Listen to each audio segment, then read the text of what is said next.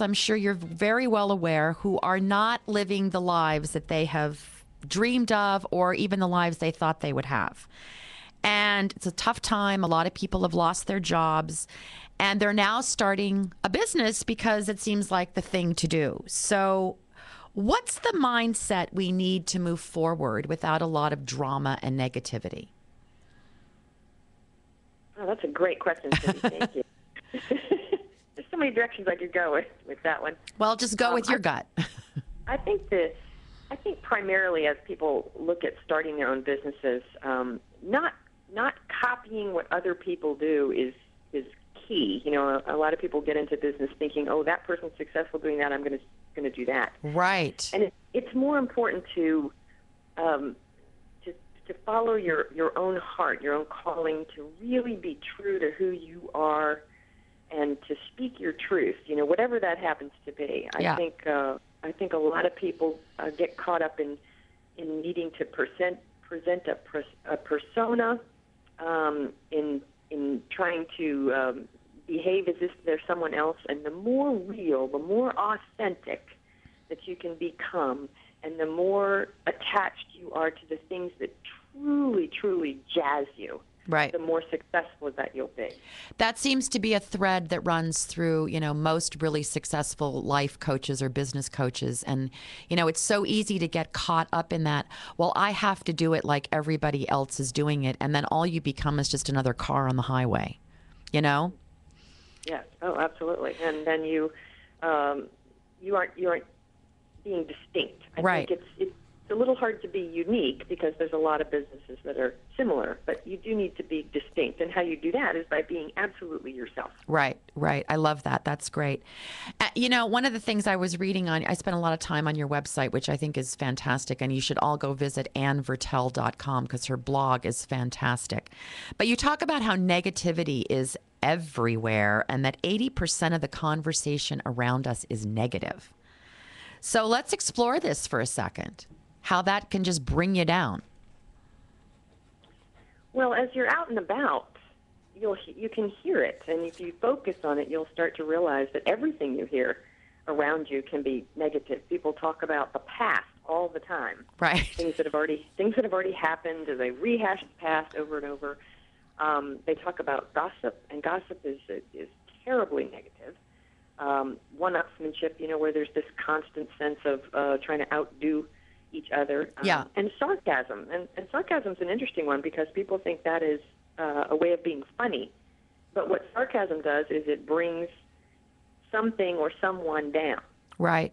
And then the worst one of all, of course, is self-deprecation, which does nothing but bring you down. Yeah, so, we're really good at that, aren't we? Well, in some ways, I think we believe that it ingratiates ourselves with other people, and they can relate to us. And right. I think we can do that more authentically just by, describing our vulnerabilities. Yes. Yeah. Huge difference between self-deprecation and vulnerabilities. One of the conferences I was at, they had us do this exercise where you had to just list all of your life accomplishments. I have never done that exercise before. And when I was finished, I went, wow, I'm pretty awesome. And it's hard to be negative about yourself when you start listing all the things you've accomplished. Yeah, or just the impact that you have. If you were to list, the effect that you have on people around you and the impact that you make for people. I don't think we all know that. How do we tap into knowing that? Well, that's a good question, too. Once again, I think that goes to looking at your interaction with people. And if you find that the interaction that you're having with people is, you come away from that feeling down or dejected or, worse, then you're going to need to change the way that you interact with people. You want to walk away from people feeling joy. And if you do that, that usually means you've been of service somehow. Oh, that's very nice, Ann. I like that. One of the things that you say is that being positive doesn't mean happy, joy.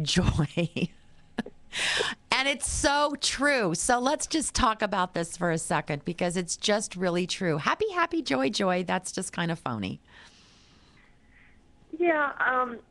And it's funny because when I first start to talk with people who are negative, and negative people will come at you over and over again with their negativity. Yes. They don't want to be positive. They want to bring you back down to where they are.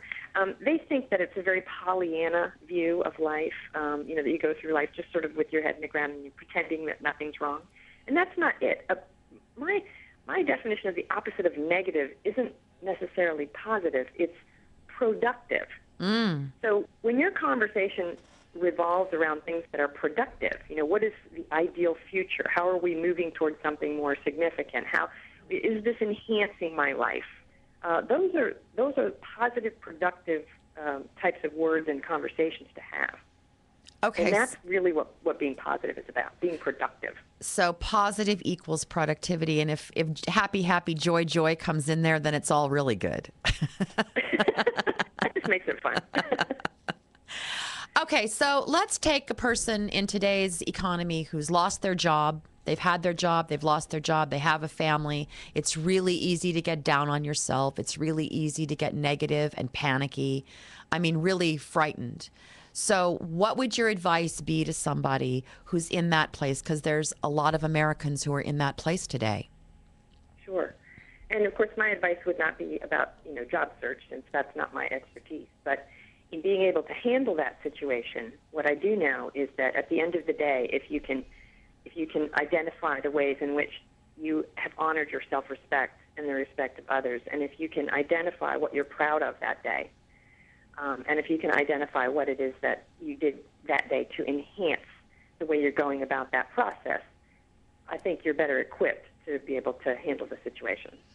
Okay, but if somebody comes to you and they're just desperate, terrified, money's running out, what do you tell them? I mean, I hear this all the time, and I think there has to be something we can tell people to give them hope or to give them encouragement or something, because I don't think everyone's going about, sometimes you have to reinvent yourself maybe. I don't know.